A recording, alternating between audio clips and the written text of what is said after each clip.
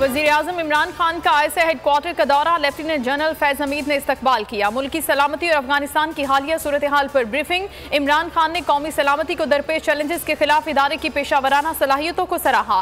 तीनों मुसल्लह अफवाज के सरबराहान, विफाकी वुज़रा, बलोचिस्तान और KP के वुज़राए आला भी वज़ीर-ए-आज़म के हमरा।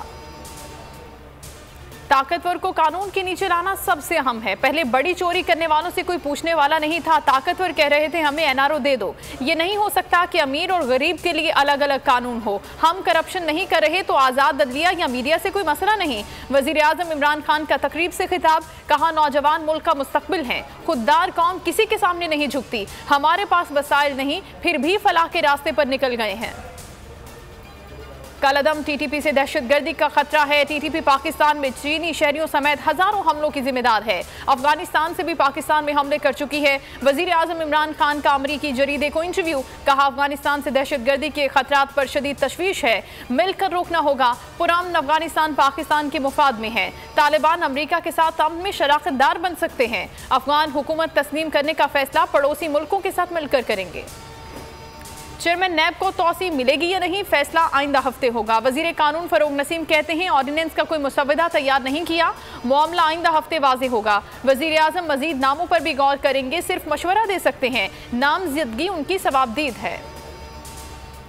आसिफ जरदारी फिर नैब के शिकंजे में। 8 अरब से मशकूक ट्रांजैक्शन फर्द जुर्म 29 सितंबर को आयद की जाएगी। नैब समन के मुताबिक फर्द जुर्म के जवाब के लिए जाती हैसियत में पेशी लाजिम है।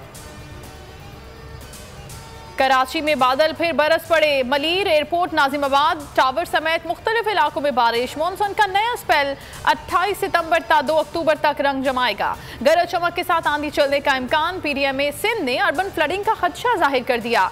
बारिश की पहली बूंद पड़ते ही शहर के मुख्तलिफ इलाकों की बिजली मुअत्तल। कराची वालों के लिए खुशखबरी, हुकूमत ने कराची सर्कुलर रेलवे की मंजूरी दे दी। वफाकी वजीर मनसूबाबंदी असद उमर का ट्वीट, लिखा मंसूबा 20.7 अरब का है। वजीर आजम आइंदा हफ्ते संग बुनियाद रखेंगे। शहर में ग्रीन लाइन बसें आजमाइशी तौर पर ट्रैक पर आ गईं। 20 बसें सरजानी डेपो मुंतकिल। Opposition leader Sindh assembly Haleem Adil Sheikh की नई गैर सियासी इनिंग्स का इंकशाफ। PTI की रुकने सिंध असम्बली दुआ भुट्टो से शादी और बेटे के जन्म की तस्वीर मंजर आम पर आ गईं। बेटे का नाम कामिल हलीम शेख रखा गया है। और कॉमेडी किंग उमर शरीफ की अमेरिका मुंतकली के लिए आखिरी रुकावट भी दूर। सिविल एविएशन एयर एम्बुलेंस आने की इजाजत दे दी। एम्बुलेंस 26 सितंबर की रात 11 बजे कराची में लैंड करेगी।